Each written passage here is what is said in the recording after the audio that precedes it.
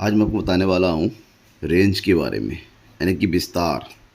ठीक है ना। इसका एक और नाम है, इसको बोलते हैं परास। ये मतलब क्या होता है, ये अपकरण की जो माप होती है, यानी कि मेजर ऑफ डिस्पर्शन का एक मेथड है, जहाँ पर ये पता लगाया जाता है कि जो वितरण है वो माध्य से कितनी दूर है। एक्चुअली में विस्तार क्या होता है ये भी समझना है। ठीक है ना। पूरा अच्छे से समझाऊंगा, पूरी वीडियो को देखिएगा लास्ट तक, छोड़िएगा मत बिल्कुल। और नहीं सब्सक्राइब नहीं किया है, सब्सक्राइब जरूर कीजिएगा, और साथ ही साथ वो जो घंटी है ना उसको टुंश दबा दीजिएगा। जितनी वीडियोज़ है नोटिफिकेशन आप तक पहुंचता रहेगा। मैं ये बता रहा था, ये जो विस्तार है एक्चुअली में है क्या। विस्तार क्या होता है, कोई भी एक वितरण होता है, यानी कि जो भी हमारे पास डेटा दे रखा होता है, जो भी एक श्रृंखला दे रखी होती है, सीरीज दे रखी होती है, उस वितरण में उस वितरण की जो सबसे अधिकतम पद होता है, अधिकतम, और जो सबसे न्यूनतम होता है, न्यूनतम मतलब सबसे कम, सबसे बड़ा और सबसे छोटा, जो इन दोनों के बीच का क्या होता है, अंतर होता है। इसका मतलब अधिकतम माइनस न्यूनतम ही क्या होता है, विस्तार होता है। और ऐसे में जो विस्तार का जो फार्मूला होता है वो क्या हो जाता है, दैट इज विस्तार। शॉर्टकट में क्या लिखते हैं, रेंज, यानी कि आर। तो यहाँ पर विस्तार बराबर हो जाएगा आपका, सिंपल सा फार्मूला इसका, अधिकतम मूल्य माइनस न्यूनतम मूल्य। कोई भी पद होता है, कोई भी सीरीज होती है, उसमें सबसे बड़ा पद निकालते हैं और उसका जो सबसे छोटा है वो निकालते हैं, फिर दोनों का डिफरेंस कर देते हैं। शॉर्टकट में बोलते हैं range equal to L minus S, L for largest और एस फॉर स्मॉलेस्ट। ठीक है ना। तो इस फार्मूले का यूज़ करेंगे। अब इसके साथ ही साथ ये तो विस्तार निकाल के आएगा, तो आपसे विस्तार गुणांक भी पूछा जाता है। तो हमें विस्तार गुणांक का फार्मूला चाहिए, विस्तार गुणांक। आप इंग्लिश में इसको बोलते हैं कोफिशिएंट ऑफ रेंज।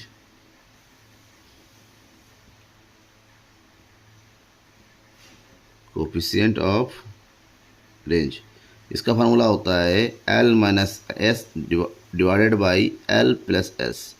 इसका फार्मूला बन जाता है। बस फार्मूले को ध्यान में रखिएगा, सब कुछ समझ में आ जाएगा। ये विस्तार गुणांक का फार्मूला है और ये है विस्तार निकालने का फार्मूला। ठीक है। अब अपकिरण की माप के बारे में बताना, इसके बारे में अपकिरण की माप होता क्या है इसको मैं नेक्स्ट वीडियो में बताऊंगा। ठीक है। फिलहाल आज विस्तार के बारे में बता देता हूँ कि होता क्या, कैसे कैलकुलेशन करते हैं। आप सबको पता है कि कोई भी सीरीज क्यों ना हो, वो तीन तरह की होती हैं। एक होती है आपकी व्यक्तिगत सीरीज, एक होता है आपके पास खंडित, और तीसरा होता है सतत।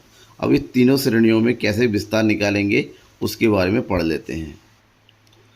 अब जैसे कि एक क्वेश्चन दिया हुआ है व्यक्तिगत श्रेणी का, कि किसी व्यावसायिक फर्म का शुद्ध लाभ 1000 रुपयों में नीचे दिया गया है।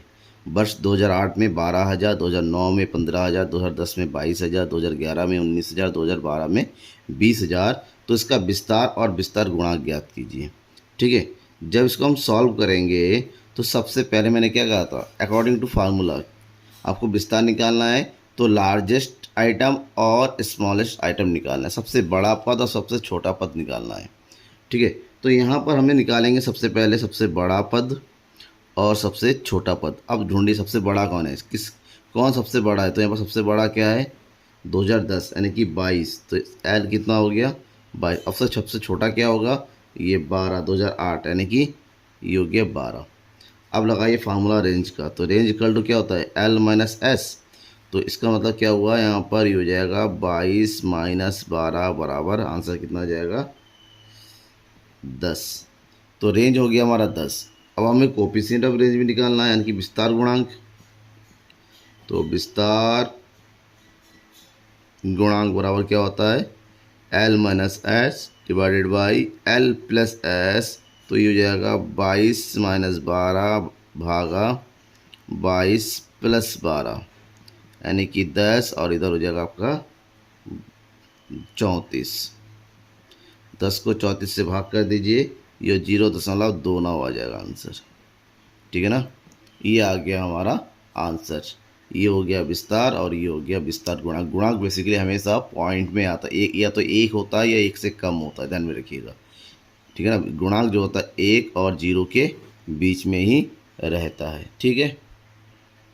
अब ये जो क्वेश्चन है ये खंडित श्रेणी का है। खंडित श्रेणी मतलब जहाँ पर एक्स भी होता है और एफ पद भी होती है, पदों की आवृत्तियाँ भी होती हैं। तो यहाँ पर लंबाई भी है और लंबाई की आवृत्तियाँ भी हैं, ठीक है ना। अब इस क्वेश्चन में क्या कह रहा है, निम्न से विस्तार तथा विस्तार गुणांक ज्ञात कीजिए। अब विस्तार गुणांक भी निकालना है, विस्तार भी निकालना है। तो जैसे कि मैंने कहा था, चाहे सीरीज जैसा भी हो, चाहे खंडित हो सतत हो, आपको निकालना होगा जो पद होता है, हमें पदों से मतलब होता है, आवर्त से कोई मतलब नहीं होता है, ठीक है ना। हम रेंज निकालने के लिए आवर्ती को देखने की ज़रूरत ही नहीं होती है। आप केवल ये पता करो कि लंबाई में पदों में सबसे बड़ा पद, यानी कि यहाँ पर लंबाई सबसे ज़्यादा कौन सा और सबसे कम कौन सा है, यानी कि एल। इसमें एल है सबसे बड़ा कौन, 135, और एस सबसे स्मॉलेस्ट क्या होगा, 100। अब हमें निकालना है रेंज, तो रेंज बराबर हो जाएगा एल माइनस एस। इसका मतलब होता है 135 माइनस 100, तो आपका आंसर कितना जा रहा है, 35। ये पहला आ गया। अब विस्तार गुणांक निकालने के लिए कहा गया है, विस्तार गुणांक। विस्तार गुणांक बराबर क्या हो जाएगा, L minus S upon L plus S, ठीक है। तो ये हो जाएगा आपका 135 माइनस 100 भागा 135 प्लस 100। तो 135 में 100 माइनस करेंगे, ये आ जाएगा कितना, 35, और 135 में 100 ऐड करेंगे, ये हो गया 235। अब 235 से 35 को भागा कर दीजिए। तो हम जब 235 से 35 को भागा करते हैं, जो हमारा आंसर आ रहा है ये आएगा 0.148 लगभग, ठीक है ना। ये लगभग में आएगा, ये हमारा पूरा आंसर पूरा कटेगा नहीं, तो लगभग होगा। इसका मतलब आप इसको 0.15 भी लिख सकते हैं, ये भी सही है, ये भी सही है, ठीक है। ये राउंड अप वैल्यू होती है। क्लियर, समझ में आ गया इस पॉइंट में। अब नेक्स्ट सीरीज बचता है सतत श्रेणी, उसको भी देख लेते हैं। अब ये एक सतत श्रेणी का उदाहरण है। कह रहा है विस्तार तथा विस्तार गुणांक ज्ञात कीजिए, जहाँ पर आयु दे रखा है 5 से 10, 10 से 20, 20 से 30, 30 से 40, 40 से 45 और 45 से 50। साथ ही साथ आवृत्ति भी गिवन है। इसका मतलब क्लास इंटरवल भी है और फ्रीक्वेंसी है, और आपको निकालना है आवृत्ति, ठीक है। आपको निकालना है विस्तार। तो विस्तार का फार्मूला क्या था, विस्तार बराबर होता है largest item minus smallest item. तो इस क्वेश्चन में सबसे बड़ा आइटम कौन सा है, सबसे छोटा आइटम क्या है, कैसे पता चलेगा। तो यहाँ पर पद निकालने के लिए मैंने पहले भी कहा था कि आपको आवृत्ति की ज़रूरत नहीं होती, आवृत्ति को भूल जाइए, केवल और पदों पे ध्यान दीजिए। ये जो पद होता है 5 से शुरू होकर 50 तक जा रहा है, तो सबसे छोटा क्या हो गया 5, और सबसे बड़ा क्या हो गया 50। तो ये हो जाएगा 50 एल, और एस हो जाएगा आपका 5। अब उठा के फार्मूला रखिए, दैट मीन्स 50 माइनस 5, यानी कि आंसर आ जाएगा 45।